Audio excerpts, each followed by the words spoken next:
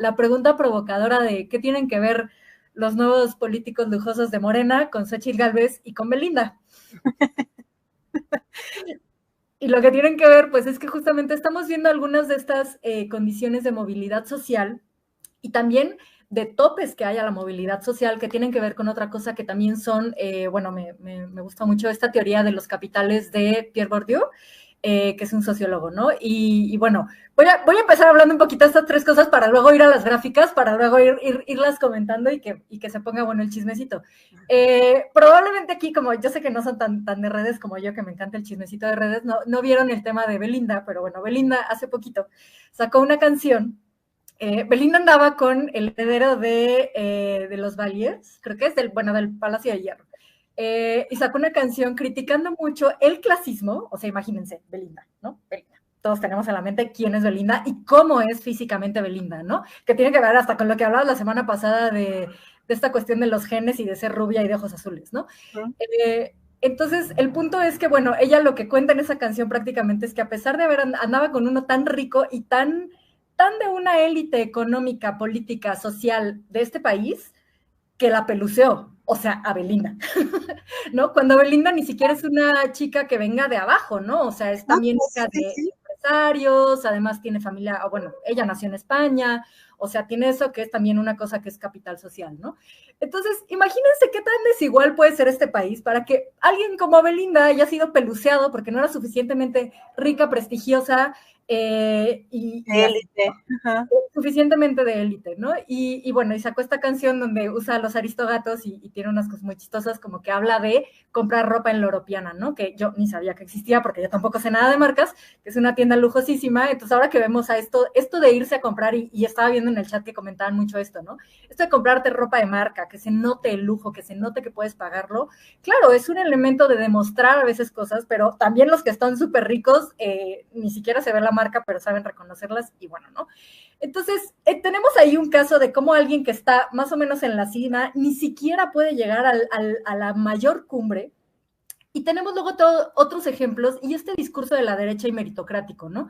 Yo me acuerdo mucho cuando estábamos en la campaña, que pues lo que más vendieron también un poco de Xóchitl Gálvez, por eso voy a, ¿qué tienen que ver?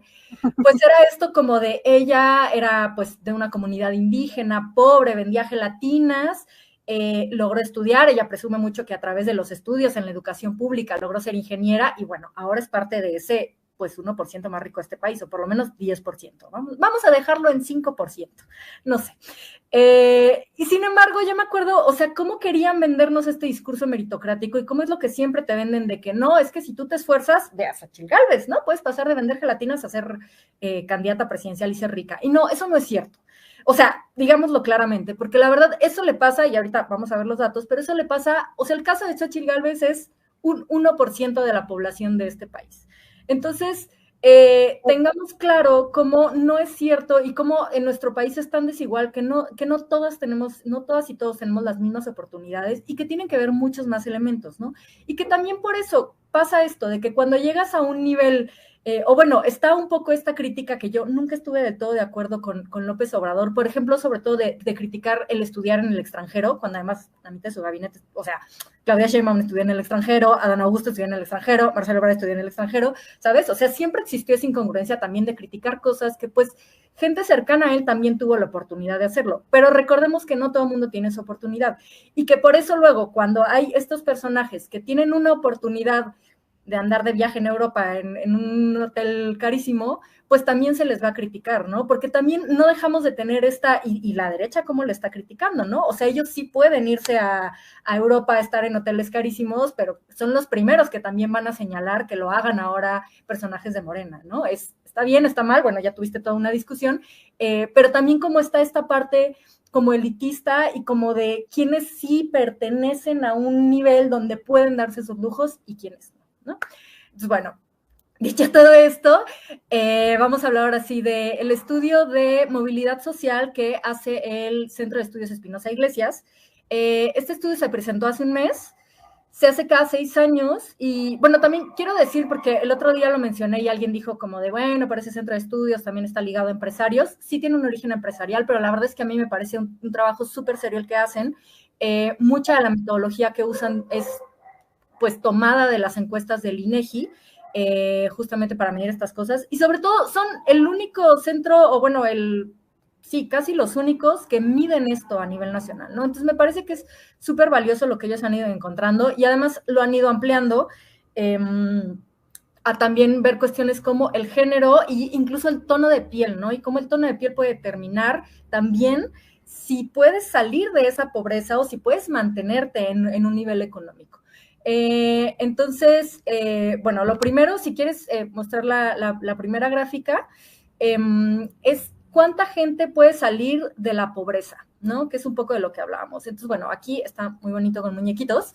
¿Se acuerdan que también les hablaba la vez pasada de deciles, como de dividir a la población por su cantidad de ingresos? Estos son quintiles, son solamente 5 grupos. Entonces, bueno, somos 130 millones de mexicanos, mexicanas, pero vamos a simplificarlo así. Fuéramos 100, los 20 millones más pobres, los siguientes 20 millones que también están en pobreza, porque recordemos que en este país la mitad de la población está en pobreza, luego los otros 20 millones, y bueno, el grupo 5, el que viene ahí como grupo 5, son los 20 millones menos pobres, ¿no? Porque, o sea, ahí la verdad es que ya incluyes no solo a ricos, sino también a mucha gente que ya es clase media. Y entonces, bueno, este es el primer hallazgo que es, pues, devastador, porque si vemos es, del grupo que está hasta abajo, el 50% de sus hijos, bueno, hablemos de, tal vez no explique, el concepto de movilidad social se mide y quiere decir que, por ejemplo, si tus padres nacen en pobreza, tú vas a seguir también en pobreza, o si tú vas a alcanzar a tener mayor educación, mayores ingresos y una serie de cuestiones, porque además no se ve solamente lo económico, por eso también digo que es un estudio que me gusta, ¿no? Cómo se hace. Entonces, bueno, así es como miden la movilidad social, con una encuesta donde le preguntan a la gente por las condiciones en las que vivía en su infancia y las condiciones en las que vive ahora, ¿no? Y así es como más o menos pueden medir, por eso les digo que no solo económico, porque igual cuando eres niño no sabes cuánto ganan tus papás, pero sí sabes, por ejemplo, las condiciones que tenía tu casa, si tu mamá trabajaba o no, si tenían dificultades a veces para tener 3 comidas al día. Este tipo de preguntas son las que hacen que podamos saber si una persona, digamos, nació pobre y pues ahora sí ya cómo está, ¿no? Entonces, bueno, volviendo a la gráfica, esto es, el 50% de las personas que tuvieron una infancia en lo más pobre, siguen en ese nivel más pobre. O sea, el 50% es súper injusto. Por eso el discurso meritocrático de que no, si tú le echas un montón de ganas vas a salir de ahí, no, porque hay un montón de condiciones. O sea, esto es la prueba de que no es cierto, ¿no? De que está más allá del esfuerzo de cada persona. Y bueno, y además si sumamos ese grupo y el siguiente, que sigue siendo pobreza, ya suma 78% de las personas. O sea, prácticamente es muy difícil salir de la pobreza. Y lo que te enseñaba, hasta arriba está el 2%, solamente el 2% de quienes nacieron en ese grupo más pobre llega a ser rico, ¿no? O bueno, y te digo, ni siquiera riqueza, porque ya si lo ampliamos tanto como al 20 millones, ya es gente que, o sea, ya entran personas que viven bien, ¿no? Probablemente incluso nosotras estamos ya en la orillita de ese nivel, de que, bueno, uno vive bien, no le falta nada, digamos, sin necesidad de ser rico, ¿no? Y entonces imagínate que solamente 2% de las personas que nacen en pobreza total pueden llegar a tener una vida sin preocupaciones, vamos a decir, ¿no? Bueno, y ahora la siguiente gráfica, lo que te decía es justamente, y veamos también qué pasa hasta arriba, ¿no? Entonces, bueno, aquí las barritas oscuras son esa gente que nació en la pobreza y entonces cómo se van reacomodando en los 5 grupos. Y la barrita naranja es la gente que nació en ese nivel más alto y cómo se caen para abajo, ¿no? Entonces, para empezar, se caen hasta abajo menos de los que suben hasta arriba, ¿no? Solamente el 1%. O sea, solamente hay un 1% que, pues no sé, algo hace mal, algo pasa en su vida, porque también puede tener que ver con circunstancias y termina en pobreza, ¿no?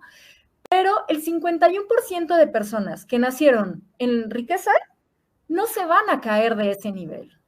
Y eso es muy importante verlo porque yo he oído mucho, yo estudié en una escuela privada hasta la prepa, con gente que ya tenía dinero y que yo la veo ahorita y tienen muchísimo dinero y es como, y no es que trabajen muchísimo más que yo o que trabajen muchísimo más que los millones de personas en esta ciudad que se levantan a las 5 de la mañana para poder cruzar e ir a trabajar, ¿no? Claro. O sea, esta cosa porque este comentario de que, ay, son pobres porque quieren, es que no se esfuerzan suficiente, es que yo le ofrecí un negocio y no quiso, ¿no? O sea, mucho dice, uno ofrece trabajo y luego ni quieren, que bueno, las condiciones de trabajo que ofrecen, pero ya deja tú eso, o sea, hay gente rica que hace el mínimo esfuerzo posible en la vida y va a seguir siendo rica. ¿Por qué? Porque heredó el puesto de trabajo de sus papás, porque heredó las inversiones, porque heredó las propiedades, porque en general todo en su alrededor está dado para que se quede ahí, ¿no? Entonces, esto es súper fuerte porque la proporción, además, si la vemos, se invierte totalmente, ¿no? O sea, también de los que, bueno, llegan a bajar un escaloncito, son igual 27%, ¿no? Que es mínimo. Entonces, esto es algo que yo siempre pienso que tenemos que pensar mucho, ¿no? No ver solo hacia abajo y hablar de programas sociales, o sea, porque hablamos de programas sociales. Ahorita está la discusión de que si la pobreza va a bajar o no por la subida del salario mínimo o por los programas sociales. Y todos debatimos sobre los pobres, todo el mundo es pobrólogo, y nadie es ricólogo, ¿no? Casi nadie habla de, ¿y qué hacen los ricos para mantenerse ricos? Y es, nada, solo seguir siendo ricos. Y esta otra cosa que yo quería mezclar y traer a colación del capital, de los capitales de Pierre Bourdieu, que es, claro, y tener las conexiones para tener siempre trabajos bien pagados, o para tener ¿se acuerdan cuando alguna vez salió un video, bueno, no sé si lo vieron en redes, de unos chavitos que salían que vendían departamentos y era como el negocio de, soy Santi y vendí 10 departamentos en un... Claro, porque tienes 10 amigos millonarios que te pudieron comprar departamentos en un mes, porque si yo quisiera, o sea, ni aunque los tuviera, ¿no? Yo a quién le vendo un departamento. Nosotros que vendemos, amigos, nosotros vendemos dulces, nosotros vendemos... Yo vendo papiroflexia. Pero pues no me he hecho millonaria con eso, no me ha alcanzado, no tengo un amigo suficientemente millonario para que me compre mis obras de arte en millones de pesos, ¿no? No, justamente, ¿no? O sea, una, de repente conoces, por ejemplo, en el arte, yo creo que el mundo del arte es uno de los que es muy injusto, ¿no? Conoces gente que hace arte y nunca se vuelve rica, a pesar de que pica piedra toda la vida y hace cosas increíbles, y en cambio eso, ¿no? La esposa de un rico gerente es como, yo hago mis cuadros en mis ratos libres, ¿no? Es como, o sea, todo el día, es como, pues sí, qué padre, ¿no? Y esa persona, pues no deja de ser rica, aunque se dedique a lo mismo, aunque no le eche las ganas que otra persona, pero es porque tiene a quien venderle sus cuadros carísimos, porque está en esta misma esfera, ¿no? De un nivel social muy alto. Bueno, y luego tenemos cuestiones, bueno, si muestras la siguiente, es interesante también cómo está medido esto, también es diferente entre hombres y mujeres, ¿no? Parece que no es muchísima la diferencia, pero la hay en todos los aspectos. Entonces, aquí, por ejemplo, volvemos, ¿no? O sea, de lo que habíamos visto es, bueno, a las mujeres les cuesta, hay más mujeres quedándose en el nivel más bajo que hombres. Hombres salen un poquitito más, ¿no? Y a nivel alto me parece más interesante porque ahí es más la diferencia. Es más fácil mantenerte rico si eres hombre que si eres mujer, ¿no? Y la diferencia de en medio es este caminito recorrido desde abajo hasta arriba, que por eso decía, Xochitl Gálvez es ese 1% de mujeres no, está increíble. En el quintil más bajo que llegaron hasta arriba, ¿no? Es 1%, entonces es como, no me vengan con que si Xochitl pudo, cualquiera puede, porque no, solo el 1% de mujeres que nacieron en pobreza ha podido hacer ese tipo de cosas, ¿no? Bueno, y otra dimensión que me parece súper interesante, que además es algo más o menos nuevo en México, no se ha explorado tanto, es el tono de piel. Entonces, si muestran la siguiente gráfica, me fui directo a ya la división de hombres y mujeres para no mostrarles la general, pero me parece apabullante, o sea, es que es impresionante, ¿no? Porque vemos, esto es la persistencia, o sea, cuántas personas se quedan en donde nacieron según su tono de piel. Y entonces, vean la primera, ¿no? O sea, de las mujeres con tonos de piel oscuros, pobres, 6 de cada 10 se quedaron en pobreza. Pero si tienen tono de piel claro, solo 3 de cada 10 se quedaron en pobreza. O sea, hubo un 7 de cada 10 pudieron avanzar un poco por su color de piel. Y vemos que en hombres esta diferencia es más reducida. Y en cambio, las dos gráficas de la derecha, que son el grupo 5, igual, ¿no? De los hombres ricos que permanecieron ricos, el 59%, o bueno, los hombres con tonos de piel claro, 6 de cada 10 se quedaron en ese nivel de riqueza. Y si tienen piel más oscura, fueron menos. Esto me parece brutal, porque también creo que muchas veces he oído la frase, y yo creo que incluso alguna vez lo pensé, de que en México no hay tanto racismo, porque no es como esta cosa de que tengamos una población negra tan grande o tan presente con países como Colombia o como Brasil o Estados Unidos, pues. que no somos racistas, somos clasistas, ¿no? No, bueno, esto nos demuestra que claro que somos raciclasistas, ¿no? Y que claro que hay personas que por su simple tono de piel los van a hacer que dejen de pertenecer a estas élites y pueden incluso bajar, ¿no? Y en mujeres, pues también, bueno, en mujeres caen más tanto de piel clara como de piel oscura, pero sí me parece muy fuerte, por ejemplo, esto de que los hombres, o sea, 6 de cada 10 hombres con tono de piel claro se van a mantener ahí, ¿no? Y en cambio 6 de cada 10 mujeres nacidas en pobreza, si tienen piel oscura, se van a quedar ahí. Esto es brutal. Y bueno, y la última creo que ya es simplemente sobre educación. Esto es movilidad educativa, porque lo que les decía, no tiene solo que ver con dinero, sino con una serie de cosas que también influyen, ¿no? Y entonces, por ejemplo, uno de los temas que siempre fue como clave, que crecimos todas y todos con esta esperanza de que la educación iba a ser una cuestión de movilidad social, es algo que te ayuda a tener un mejor trabajo, un mejor ingreso. Paulatinamente ha ido bajando eso, digamos, en otra época era mucho más notorio que quien lograba hacer una licenciatura sí o sí ya se había garantizado, pues como vivir más holgado. Nuestros padres, ¿no? Yo creo que para no irse tan lejos, nuestros padres. Exactamente, y para nosotras ya no necesariamente es eso, ¿no? Yo digo, yo tengo una maestría, yo conozco gente que tiene una maestría, y así como que holgadas vivimos, pues tampoco necesariamente, ¿no? Pero bueno, de todas maneras, también está muy marcado aquí cómo esto también se hereda, ¿no? Igual, las barras oscuras son las personas que sus papás solamente tuvieron primaria. Entonces vemos que solamente el 9% de personas con papás con primaria llegaron a un nivel profesional, universitario. Y en cambio, insisto, ¿no? Y esto todavía te habla de un esfuerzo, porque bueno, para eso tenemos universidades públicas y educación pública, que bueno, con mucho esfuerzo, pero hay gente que más o menos la logra llevar hasta tener un título universitario a pesar de padres que vivieron en pobreza, ¿no? Y sin embargo, eso, de las personas que sus papás ya tuvieron estudios profesionales, el 63% también tiene estudios profesionales, ¿no? Es como, por eso te digo, miremos cómo, claro, la cancha está mucho más fácil, el panorama está mucho más sencillo si ya naciste en una posición de las de arriba. Y esto es lo que, por eso es muy indignante cuando es como, oh, es que no se esfuerzan suficiente. No, no, es que tú lo tuviste todo fácil, pero la gente, siento que también hay esta falta de reconocimiento, como cuando gente blanca rubia se queja de discriminación a la inversa.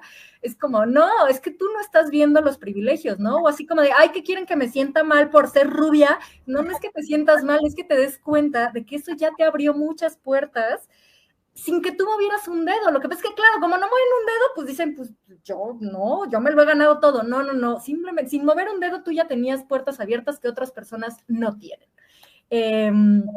Y bueno, nada más como dato curioso y hablando de educación, Andy es mi contemporáneo de la Facultad de Ciencias Políticas y Sociales. Yo estaba en comunicación y él estaba en ciencia política. Y pues a mí no me alcanza para irme a Tokio a pagar nomás 7,000 pesos por noche de hotel, ¿no? No, hombre, bueno, ¿qué te digo?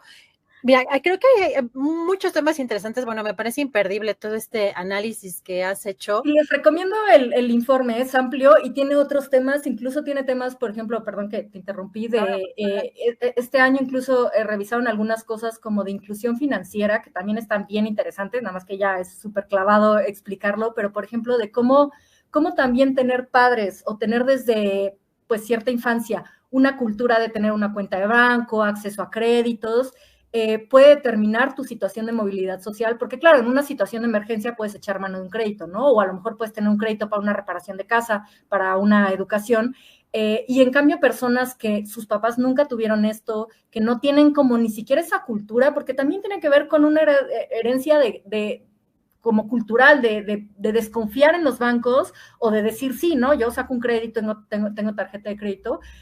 Incluso estos temas ahora los estudiaron, entonces, bueno, yo les recomiendo el estudio, que bueno, yo no tengo nada que ver, pero estuve tomando un curso donde nos explicaron todo esto de cómo hacen la encuesta de movilidad social y me parece la verdad muy interesante. Pero además, déjame, ya sabes que yo voy a ligar todo con la ultraderecha, porque me parece que el escenario global que estamos viviendo, bueno, apunta, por supuesto, a digamos, esta apuesta todavía por impulsar narrativamente la meritocracia para disculpar de alguna manera o para festejar a un Salinas Pliego, ¿no? Para venerar a un personaje que impulsa ese tipo de políticas.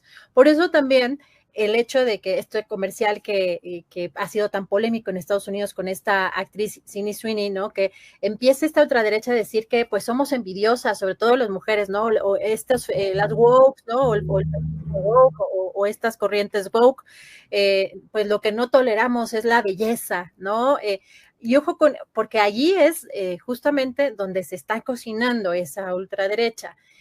Yo creo que esto que mencionas, estos datos concretos, estos análisis de ese raciclasismo, bueno, ahí están representados en Estados Unidos de manera ya gráfica, lo podemos ver, más allá de que creamos o no en las intenciones, que bueno, aquí ya lo hemos analizado de American Eagle y de estos discursos supremacistas, pero bueno, ahí está representado quién es quien llega, y Charo, ¿no? Una mujer blanca, güera, de ojos azules, es la que llega, digamos, a encabezar ese tipo de campañas y es como el éxito, ¿no? De si quieres ser mujer exitosa en Estados Unidos o en el mundo, porque bueno, este comercial ya está en México, este anuncio ya está ahí en Insurgentes, está en la Roma, está en diferentes lugares, ya lo podemos ver también en nuestro país. Bueno, esa es, digamos, la aspiración que a la aspiración para ser exitosa o con dinero, en fin. Pero como dices, bueno, no somos ricólogas, no escuché este término, pero qué importante este análisis que haces y que también creo que hay que separar algo porque también de pronto se puede malinterpretar que uno es de este NIC que salió también y pues en temas positivos, digamos, en las últimas políticas públicas aplicadas en nuestro país, sí se ve digamos, una reducción en la desigualdad, pero eso no quiere decir que haya una movilidad social, ¿no? No sé si tú ahí quieres hacer algún comentario porque me parece que es pertinente. Uno no se está discutiendo, digamos, en esta temática, esos logros que se han alcanzado con esas políticas públicas, porque, bueno, la movilidad social es otra cosa. Sí, bueno, lo que pasa es que eso, y también siempre pasa cuando son las políticas sociales, que los efectos de muchas políticas no se ven en el corto plazo, ¿no? Se ven en el largo. Entonces, ahorita sí es muy interesante, digo, falta que salga la medición oficial, pero claro, todo apunta a que van a ser millones de personas que salieron de la pobreza. Y la verdad es que el Coneval, que yo siempre lo seguiré defendiendo, yo me acuerdo cuando yo lo cubría en 2012, 2015, lo que siempre decían es lo que hace falta son mejorar el ingreso de las personas por el trabajo, justamente, ¿no? No tanto por transferencias sociales. Las transferencias sociales ayudan, aportan en muchas cosas, pero bueno, un poco son a veces paliativas de algunas situaciones. Y ese es el gran logro, o sea, y siempre decían, la mejor política social no va a ser la que haga Cedesol, ¿no? Cedesol en esa época, sino la que se haga en cuanto a estructura económica del país. Y eso es algo de lo que va a pasar ahorita, y eso es interesante, y quizá vamos a verlo hasta largo plazo, o no se va a poder medir tan exactamente a largo plazo cómo esto cambió, pero además eso, con la importancia de que si está haciendo un mayor ingreso de parte de las personas por su trabajo y no por programas, pues a largo plazo vamos a ver este impacto en esto que hemos estado hablando, ¿no? O sea, personas, niñas, niños que ya van a crecer en hogares donde hay un mayor ingreso, donde alcanza para más cosas y no necesariamente por programas de gobierno, que eso también es bien importante, entender que a largo plazo lo que es sustentable es esto, que la gente pueda tener por su trabajo, por sus estudios y mejores condiciones, ¿no? También de vivienda, también por eso implican cosas como, digo, la pata de la que sigue cojeando todo es el tema de salud, por ejemplo, ya saldrá, pero bueno, ¿no? Por eso también es importante también tener acceso a servicios de salud, porque eso, si tienes un accidente, eso puede darle en la torre a tus ahorros, a lo que tengas ganado o a que te endeudes para toda tu vida por un accidente, a diferencia de si tienes acceso a un servicio público de salud, ¿no? Entonces, creo que tal vez no se va a ver tan claramente ahorita esto en movilidad social, pero pues sí, la verdad es que sí hay esperanzas de que a largo plazo siga mejorando esta situación y que sí haya, sobre todo una recuperación, porque lo que decíamos, ¿no? Creo que nosotros somos una generación millennial donde vimos a nuestros papás todavía pues comprar una casa, comprar un coche, más o menos a ciertas edades, y a nosotros nos tocó como el bache de ¿qué estamos haciendo, no? Ya la educación no nos garantiza muchas cosas, ya un trabajo no nos garantiza, pues, vivir holgadísimas, ni estas cosas, ¿no? Entonces, bueno, pensión. y, bueno, y la pensión. Entonces, claro, yo pienso que además todo lo que estamos viendo de recuperación económica, bueno, de recuperación de niveles de pobreza y salario mínimo, apenas estamos recuperando niveles que eran en los 90, ¿no? Antes de la crisis y, bueno, las crisis. Entonces, apenas estamos en una recuperación, ni siquiera estamos como dando el salto ya somos un país súper desarrollado, ¿no? Apenas nos estamos recuperando de un bachezote, creo. Pero bueno, es muy interesante. Y es muy alentador que haya datos, por eso también es importante que haya datos y qué bueno que el INEGI está siguiendo con varias cosas que preocupaba si se iban a hacer o no, porque si no lo medimos no sabemos, ¿no? Y lamentablemente ha habido gobiernos a veces que deciden acabar con estas mediciones de pobreza, me refiero a otros países, o cambiar totalmente la metodología, y entonces el problema es que luego ya no puedes comparar y no puedes saber si mejoramos o no. Entonces, bueno, qué bueno que ahorita más o menos tenemos series donde podemos comparar y podemos ver cómo estábamos antes y cómo estamos ahora. Pues imperdible, nuevamente, tu análisis, la verdad es que muy interesante, por acá también toda la gente, muy interesante lo que has comentado. Recuérdanos dónde te seguimos, dónde hay más cosas que podemos ver de tu trabajo en las redes sociales.